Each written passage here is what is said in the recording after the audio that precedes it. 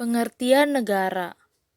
Negara merupakan organisasi yang menguasai wilayah dan sekelompok orang di dalamnya. Karena ada sekelompok orang di dalamnya, maka orang tersebut harus mewujudkan negara yang tentram, tertib, serta sejahtera. Maka dari itu dibutuhkan konstitusi atau aturan dalam mengatur masyarakat. Selanjutnya ada pengertian bangsa.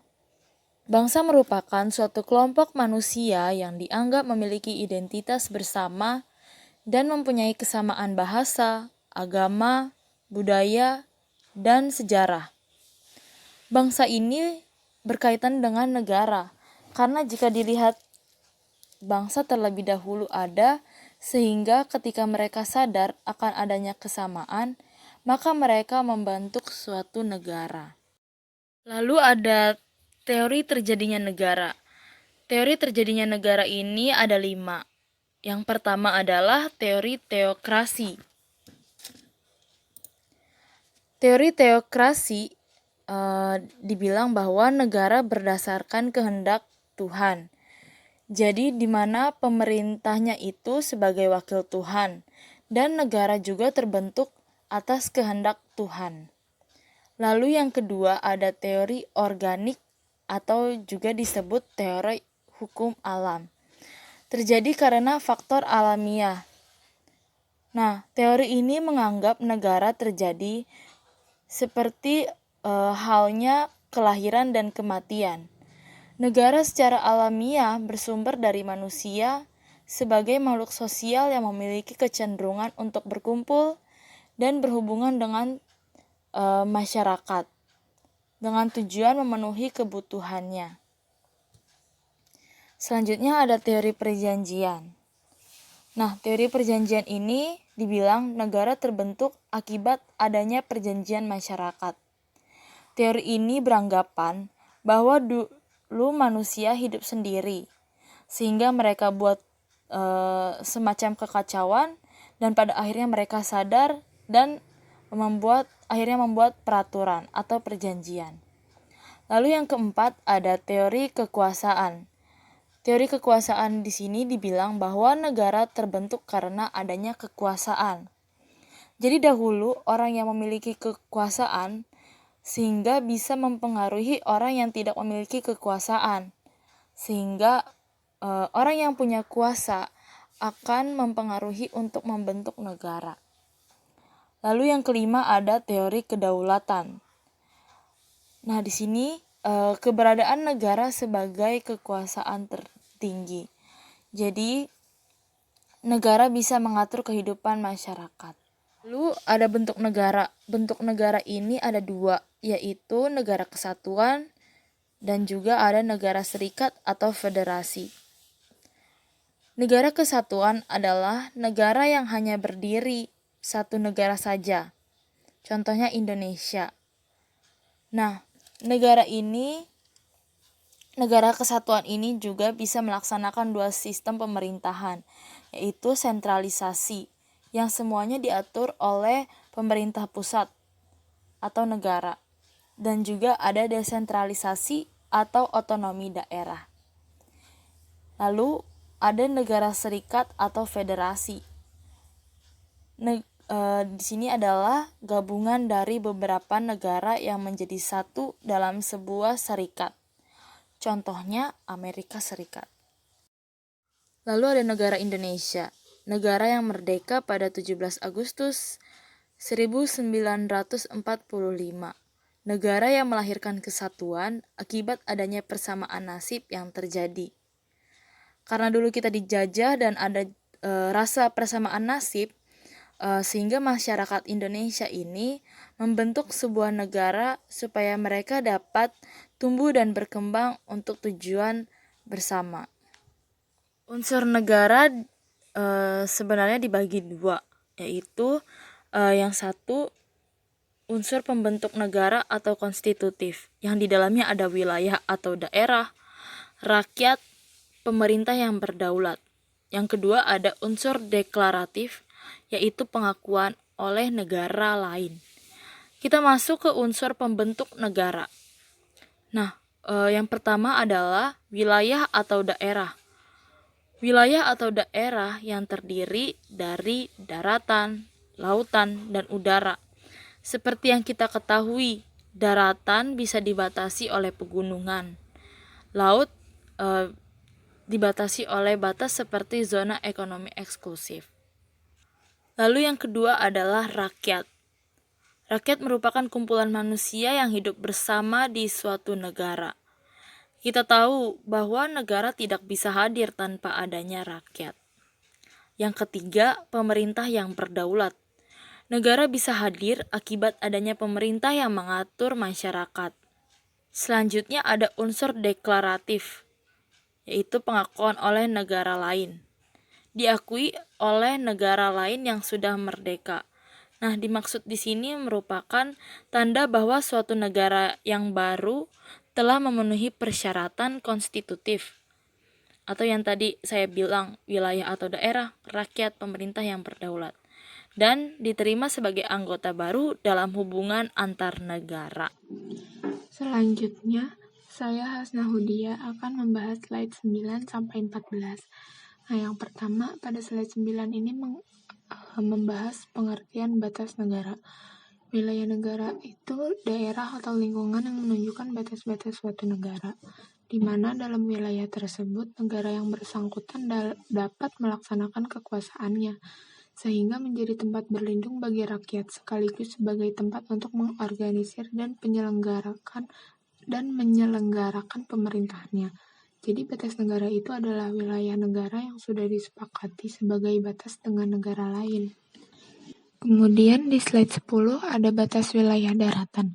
Batas wilayah daratan ini terbagi menjadi 3 kelompok, yaitu secara geografis, alamiah, dan buatan. Batas secara geografis yaitu batas wilayah suatu negara dengan negara lain yang dapat ditentukan berdasarkan letak geografis melalui garis lintang dan garis bujur. Batas alamiah yaitu batas suatu negara lain yang terjadi secara alamiah, misalnya dalam bentuk pegunungan, sungai, dan hutan. Sedangkan batas buatan yaitu batas suatu negara dengan negara lain yang sengaja dibuat oleh manusia dalam bentuk misalnya pagar, tembok, kawat berduri, dan pos penjagaan. Kemudian di slide 11, pada batas wilayah lautan tanggal 10 Desember tahun 1982, PBB menyelenggarakan Konferensi Hukum Laut Internasional 3 di Jamaika. Konferensi ini tuh menetapkan bahwa wilayah laut terdiri atas laut teritorial, yaitu wilayah yang menjadi hak kedaulatan suatu negara di laut. Kemudian zona bersebelahan, yaitu wilayah laut yang lebarnya 12 mil dari laut teritorial suatu negara. Kemudian zona ekonomi eksklusif atau ZEE, yaitu wilayah laut suatu negara yang lebarnya 200 mil ke laut bebas. Di zona ini negara pantai berhak menggali dan mengolah segala kekayaan alam untuk kegiatan ekonomi eksklusif negara tersebut. Nah, kemudian ada landas kontinen, yaitu daratan di bawah permukaan laut di luar laut teritorial dengan kedalaman 200 mil atau lebih. Terakhir ada landas benua, yaitu wilayah laut suatu negara yang lebarnya lebih dari 200 mil laut. Kemudian di slide 12, batas wilayah Indonesia secara geografis itu dibagi menjadi 4 bagian. Yang pertama, bagian utara. Pulau Kalimantan berbatasan langsung dengan Malaysia. Malaysia bagian timur, dan berarti Malaysia ini berbatasan dengan batas wilayah darat Indonesia.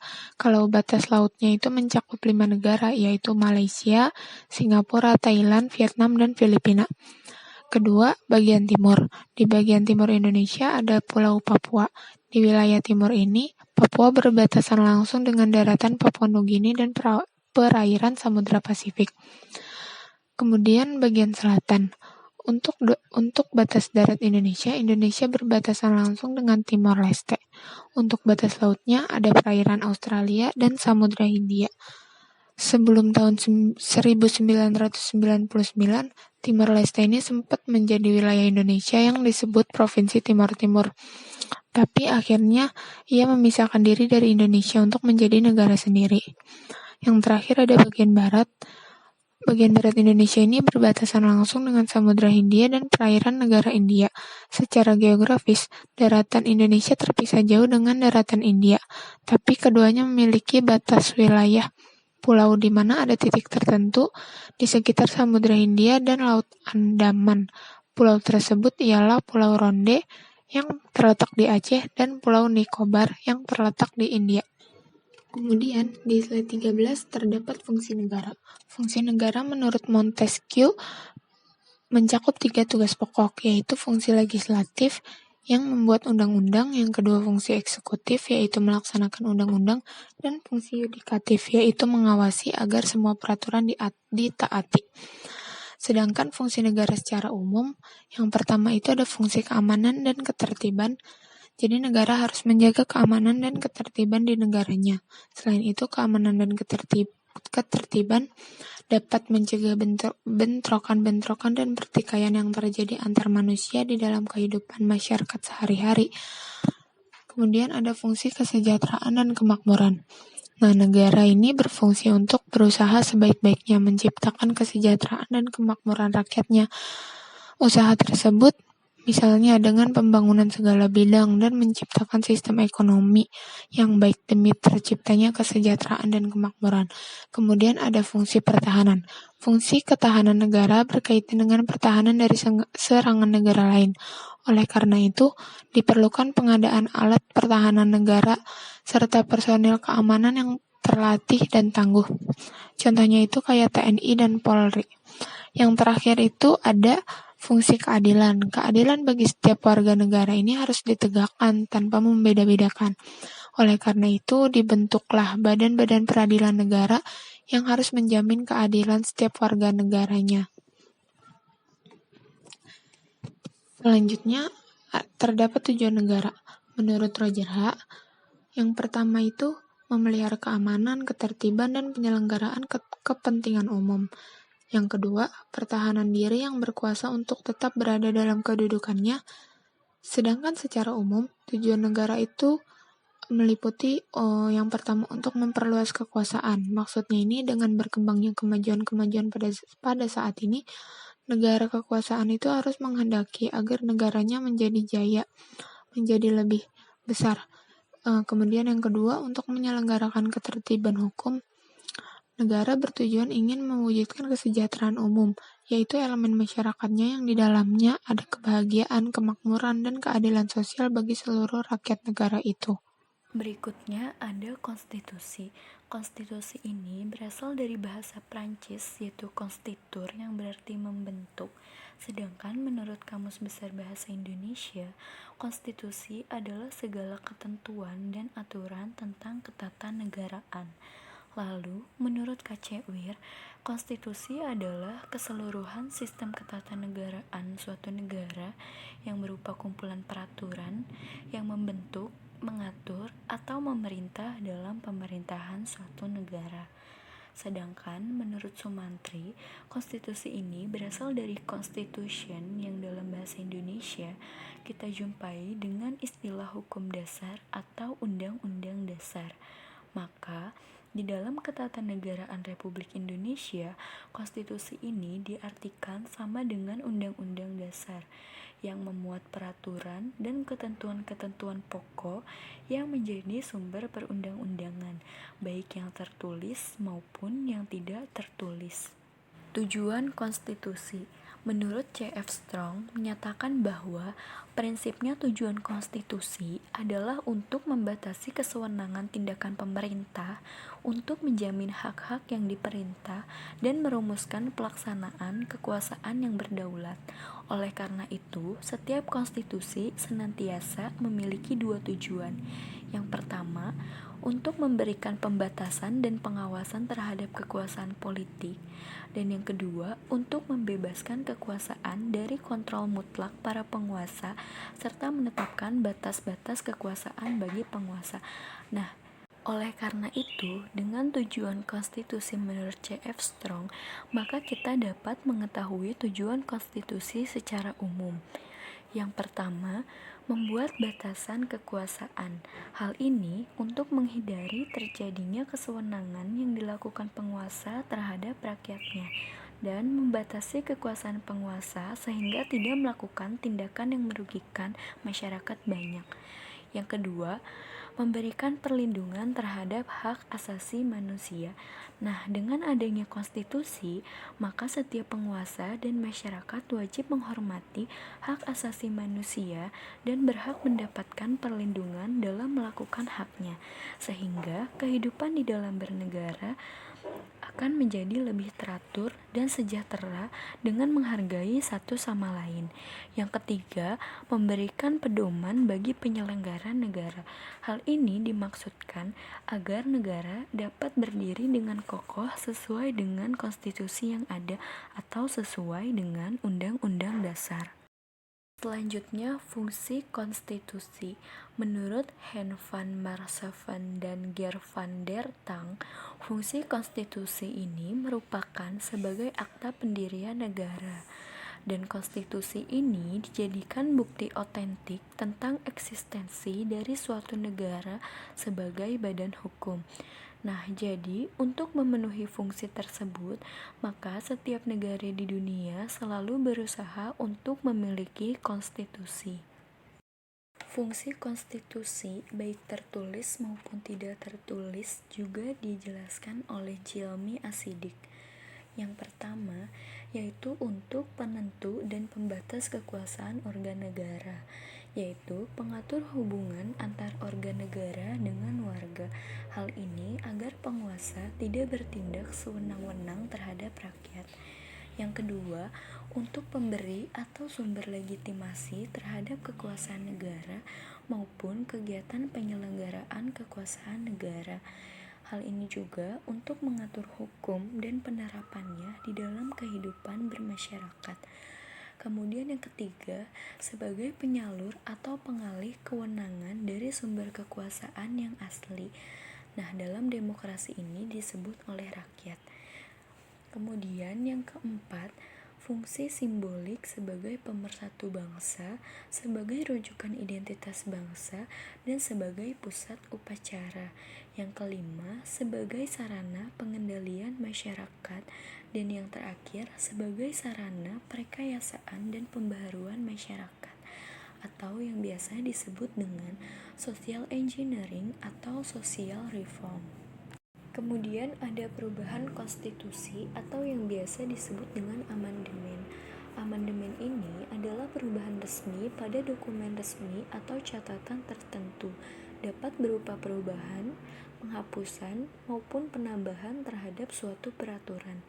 Nah, sedangkan berdasarkan hukum tata negara, amandemen ini yakni suatu hak yang akan dimiliki oleh legislatif untuk bisa atau dapat melakukan dan memberikan usulan serta saran terhadap rancangan undang-undang. Jadi, adanya amandemen ini adalah untuk merevisi atau memperbaiki pasal-pasal yang belum sempurna, serta mengurangi beberapa pasal yang tidak perlu. Tujuannya yaitu agar amandemen ini dapat menyempurnakan beberapa ketentuan untuk bisa mencapai tujuan nasional dan juga kesejahteraan masyarakat Indonesia.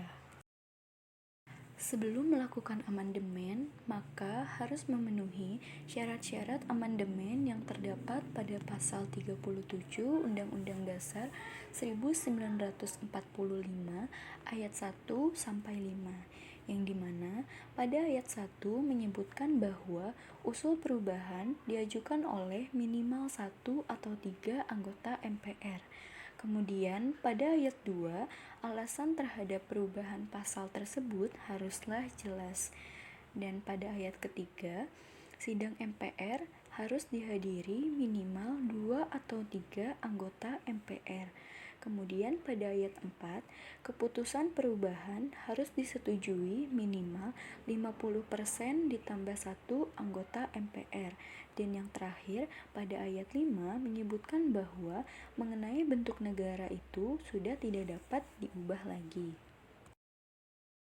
Sejarah amandemen Undang-Undang Dasar 1945 di Indonesia sudah mengalami 4 kali perubahan, yang dimana dalam perubahan itu terdapat beberapa pasal atau ketentuan yang diubah serta sebagian tetap tidak berubah. Berikut beberapa amandemen yang pernah dilakukan terhadap Undang-Undang Dasar 1945.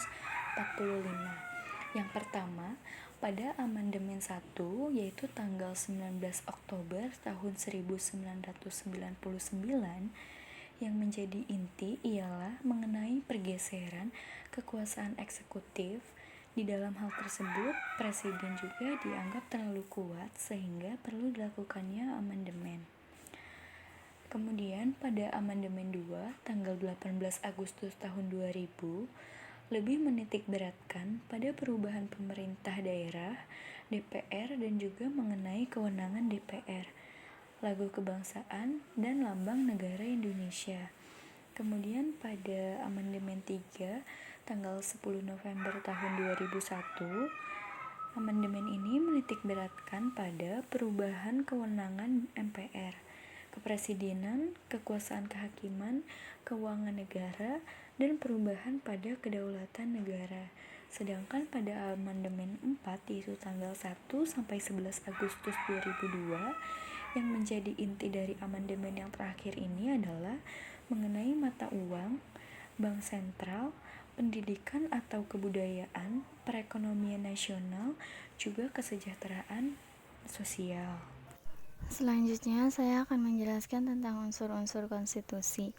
Unsur-unsur konstitusi dikemukakan oleh beberapa ahli, salah satunya adalah yang pertama, menurut C.F. Strong. Menurut C.F. Strong, konstitusi memuat hal-hal sebagai berikut. Yang pertama, cara pengaturan berbagai jenis institusi. Lalu yang kedua, jenis kekuasaan yang diberikan kepada institusi-institusi tersebut. Dan yang ketiga, jenis cara bagaimana kekuasaan tersebut dilaksanakan. Nah, maksud dari yang dikemukakan oleh C.F. Strong ini adalah seperti yang sudah dijelaskan sebelumnya, bahwa konstitusi adalah hal fundamental yang mengatur jalannya suatu negara. Di dalam konstitusi juga mengatur tugas dan wewenang dari lembaga-lembaga atau institusi-institusi yang ada di dalam negara itu sendiri, seperti legislatif, yudikatif, dan eksekutif. Lalu yang kedua ada menurut Savorgnin-Lohmann. Menurut Savorgnin-Lohmann, ada 3 unsur yang terdapat dalam konstitusi, yaitu yang pertama, konstitusi sebagai perwujudan perjanjian masyarakat atau kontrak sosial. Yang kedua, konstitusi sebagai piagam yang menjamin hak-hak asasi manusia. Dan yang ketiga, konstitusi adalah kerangka bangunan pemerintah. Nah, maksud dari menurut Savorgnin-Lohmann ini adalah konstitusi sebagai perjanjian masyarakat atau kontrak sosial itu bahwa segala sesuatu yang diatur di dalam negara, baik itu untuk masyarakat ataupun untuk negara, sudah tercatat di dalam Konstitusi Negara Indonesia, yaitu Undang-Undang Dasar 1945, dan dijadikan sebagai kontrak sosial. Apabila ada pelanggaran-pelanggaran, maka merujuk kepada Undang-Undang Dasar tersebut. Kemudian sebagai kerangka bangunan pemerintah, seperti yang sudah dijelaskan sebelumnya, bahwa konstitusi mengatur segalanya di dalam jalannya suatu pemerintahan, termasuk pembentukan lembaga-lembaga atau institusi-institusi yang ada di dalam suatu negara. Kemudian ada menurut Sri Sumantri.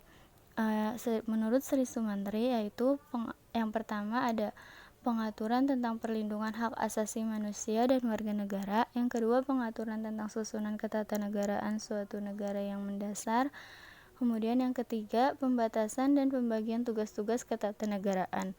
Nah, menurut Sri Sumantri ini juga sama halnya seperti yang dikemukakan oleh Savorgnin-Lohmann, yaitu adanya mengatur hak dan asasi manusia dan warga negara.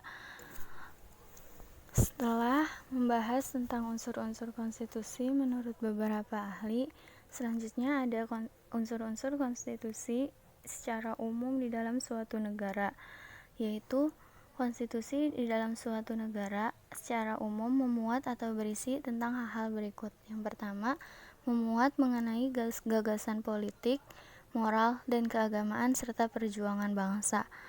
Dalam hal ini, di dalam Konstitusi Negara Indonesia tercantum di dalam pembukaan Undang-Undang Dasar Republik Indonesia tahun 1945, yaitu pada alinea ke-1, ke-2, ke-3, dan ke-4. Kemudian, yang kedua adalah memuat ketentuan organisasi negara. Di dalam konstitusi suatu negara, ketentuan-ketentuan mengenai pembagian kekuasaan antara badan legislatif, eksekutif, dan yudikatif maupun dengan badan-badan negara lainnya diatur di dalam konstitusi suatu negara. Kemudian yang ketiga, ketentuan hak-hak asasi manusia. Dalam hal ini, hak-hak asasi manusia diatur sedemikian rupa mengenai menjamin dan melindungi hak-hak asasi manusia bagi warga negara pada negara yang bersangkutan. Nah, di dalam konstitusi Undang-Undang Dasar 1945, hak-hak asasi manusia tercantum di dalam pasal 27 sampai pasal 34. Selanjutnya ada sifat dan macam konstitusi. Sifat konstitusi dibagi menjadi dua, yaitu konstitusi yang bersifat kaku atau rigid dan konstitusi yang bersifat supel atau fleksibel. Konstitusi yang bersifat kaku adalah konstitusi yang hanya dapat diubah melalui prosedur yang berbeda dengan prosedur membuat undang-undang pada negara. Sedangkan konstitusi yang bersifat supel atau fleksibel adalah konstitusi yang dapat diubah melalui prosedur yang sama dengan prosedur membuat undang-undang pada negara yang bersangkutan. Kemudian yang kedua, macam konstitusi juga ada dua. Yang pertama, konstitusi tertulis. Yang kedua, konstitusi tidak tertulis. Konstitusi tertulis yaitu suatu naskah yang menjabarkan atau menjelaskan kerangka dan tugas-tugas pokok dari badan-badan pemerintah serta menentukan cara kerja dari badan-badan pemerintah tersebut, atau biasa dikenal dengan Undang-Undang Dasar. Kemudian, konstitusi tidak tertulis merupakan suatu aturan yang tidak tertulis yang ada dan dipelihara dalam praktik penyelenggaraan negara di suatu negara. Nah, konstitusi tidak tertulis ini juga bisa dikatakan sebagai kebiasaan yang selalu dilakukan di dalam negara tersebut. Misalkan di Indonesia ada adat istiadat yang dilakukan secara turun-temurun, ataupun ada kebiasaan pidato kenegaraan presiden. Meskipun itu tidak diatur di dalam undang-undang, presiden harus menyampaikan pidato, tapi itu sudah menjadi kebiasaan setiap akan adanya upacara kepresidenan ataupun upacara kemerdekaan. Selanjutnya ada cara pembentukan konstitusi. Pembentukan konstitusi atau undang-undang dasar pada setiap negara berbeda-beda, yaitu dapat melalui berbagai macam cara. Seperti yang pertama itu konstitusi yang pembentukannya sengaja dibentuk, yaitu berarti pembuatan undang-undang dasarnya dilakukan setelah negara tersebut berdiri, kemudian baru membentuk aturan-aturan atau undang-undang dasar. Yang kedua, konstitusi yang pembentukannya secara revolusi, berarti pemerintah yang baru terbentuk dari hasil revolusi membuat undang-undang setelah mendapat persetujuan rakyat atau dengan cara permusyawaratan. Yang ketiga, konstitusi yang pembuatannya secara pemberian dari penguasa. Misalnya seorang raja memberikan undang-undang dasar kepada rakyatnya, atau jika seorang raja mendapat tekanan dan khawatir akan timbul revolusi, sehingga dibuatlah undang-undang dasar yang dapat membatasi kekuasaan raja. Kemudian yang keempat, konstitusi yang pembentukannya secara evolusi, yaitu berarti pembuatan undang-undang dasar didasarkan pada adanya perubahan-perubahan secara perlahan-lahan sehingga undang-undang dasar yang lama menjadi tidak berlaku lagi. Selanjutnya saya akan membahas tentang substansi Konstitusi Negara Republik Indonesia atau Undang-Undang Dasar 1945 yang terdapat di dalam pembukaan Undang-Undang Dasar, yaitu yang berada di alinea pertama, kedua, ketiga, dan keempat. Yang pada alinea pertama yaitu yang berbunyi bahwa kemerdekaan itu ialah hak segala bangsa. Oleh sebab itu, maka penjajahan di atas dunia harus dihapuskan karena tidak sesuai dengan pri kemanusiaan dan pri keadilan. Pada kalimat alinea pertama ini menunjukkan bahwa rakyat Indonesia itu mempunyai motivasi yang kuat untuk terlepas dari penjajahan sehingga mereka bisa merdeka karena penjajahan tersebut tidak sesuai dengan pri kemanusiaan dan pri keadilan. Kemudian pada alinea kedua yang berbunyi dan pergerakan kemerdekaan Indonesia telah sampailah kepada saat yang berbahagia dengan selamat sentosa mengantarkan rakyat Indonesia ke depan pintu gerbang kemerdekaan negara Indonesia yang merdeka, bersatu, berdaulat, adil, dan makmur. Dalam kalimat tersebut menunjukkan bahwa kemerdekaan Indonesia itu tidak terlepas dari perjuangan-perjuangan para pahlawan gitu, sehingga substansinya di sini adalah kita harus selalu menghargai jasa-jasa pahlawan yang telah berjuang untuk kemerdekaan Indonesia, dan adanya kalimat bahwa Indonesia itu adalah negara yang bersatu, merdeka, berdaulat, adil, dan makmur. Hal itulah yang menjadi cita-cita bangsa Indonesia yang harus diwujudkan oleh bangsa Indonesia. Selanjutnya di dalam alinea ketiga yang berbunyi atas berkat rahmat Allah yang Maha Kuasa dan dengan didorongkan oleh keinginan luhur supaya berkehidupan kebangsaan yang bebas, maka rakyat Indonesia dengan ini menyatakan kemerdekaannya. Nah, substansi dari alinea ketiga ini adalah bahwa kemerdekaan Indonesia itu bukan semata-mata hanya didorongkan oleh keinginan luhur untuk berkehidupan kebangsaan yang bebas, tetapi juga berkat rahmat Allah atau berkat rahmat Tuhan yang Maha Kuasa. Karena bangsa Indonesia ini adalah bangsa yang menjunjung tinggi nilai keagamaan, sehingga di dalam alinea ketiga ini pun ditegaskan gitu bahwa kemerdekaan Indonesia sendiri adalah berkat rahmat Tuhan yang Maha Esa atau berkat rahmat Allah yang Maha Esa. Terus yang keempat, di alinea keempat yang berbunyi kemudian daripada itu untuk membentuk suatu pemerintahan negara Indonesia dan untuk memajukan kesejahteraan umum, mencerdaskan kehidupan bangsa, dan ikut melaksanakan ketertiban dunia yang berdasarkan kemerdekaan, perdamaian abadi, dan keadilan sosial, maka disusunlah kemerdekaan Indonesia yang terbentuk dalam suatu susunan negara Republik Indonesia yang berkedaulatan rakyat dengan berdasar kepada ketuhanan yang Maha Esa, kemanusiaan yang adil dan beradab, persatuan Indonesia, kerakyatan yang dipimpin oleh hikmat kebijaksanaan dalam permusyawaratan perwakilan, serta keadilan sosial. Nah, dengan rumusan yang panjang dan padat ini, pada alinea keempat pembukaan Undang-Undang Dasar mempunyai makna bahwa yang pertama, negara Indonesia itu mempunyai fungsi sekaligus tujuan, yaitu melindungi segenap bangsa Indonesia dan seluruh tumpah darah Indonesia, memajukan kesejahteraan umum, mencerdaskan kehidupan bangsa, dan ikut melaksanakan ketertiban dunia. Dan yang kedua, substansi yang kedua yaitu terdapat pada adanya dasar negara yang menjadi rumusan Pancasila, yaitu ketuhanan yang Maha Esa, kemanusiaan yang adil dan beradab, persatuan Indonesia, kerakyatan yang dipimpin oleh hikmat kebijaksanaan dan kebijaksanaan dalam permusyawaratan atau perwakilan, dan keadilan sosial bagi seluruh rakyat Indonesia.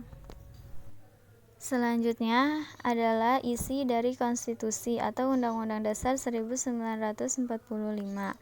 Nah, adapun isi dari Konstitusi Undang-Undang Dasar 1945 adalah pasal-pasal yang ada di dalam Undang-Undang Dasar 1945, yaitu yang terdiri atas 16 bab, 37 pasal, dan 3 pasal aturan peralihan serta 2 pasal aturan tambahan. Nah, hal-hal yang diatur dalam setiap pasalnya adalah sebagai berikut, yaitu yang di bab pertama membahas tentang bentuk dan kedaulatan, bab kedua membahas tentang Majelis Permusyawaratan Rakyat, dan bab ketiga dibahas tentang kekuasaan pemerintah negara. Kemudian bab keempat tentang Dewan Pertimbangan Agung. Tetapi di bab keempat ini pada zaman sekarang sudah dihapuskan karena sudah mengalami amandemen ataupun perubahan yang ada. Nah, pada bab kelima mengatur tentang Kementerian Negara, bab keenam mengatur tentang pemerintahan daerah, bab ketujuh mengatur tentang Dewan Perwakilan Rakyat, bab ke-7A mengatur tentang Dewan Perwakilan Daerah, bab 7B tentang pemilu, bab 8 tentang hal keuangan, bab ke-9 tentang kekuasaan kehakiman, bab ke-9A tentang wilayah negara, bab ke-10 tentang warga negara dan penduduk, bab ke-10A tentang hak asasi manusia, dan bab ke-11 tentang agama. Kemudian bab ke-12 tentang pertahanan dan keamanan negara, bab ke-13 tentang pendidikan kebudayaan, bab ke-14 tentang perekonomian sosial dan kesejahteraan sosial, kemudian bab ke-15 tentang bendera, bahasa, dan lambang negara serta lagu kebangsaan. Kemudian yang terakhir bab ke-16 tentang perubahan Undang-Undang Dasar.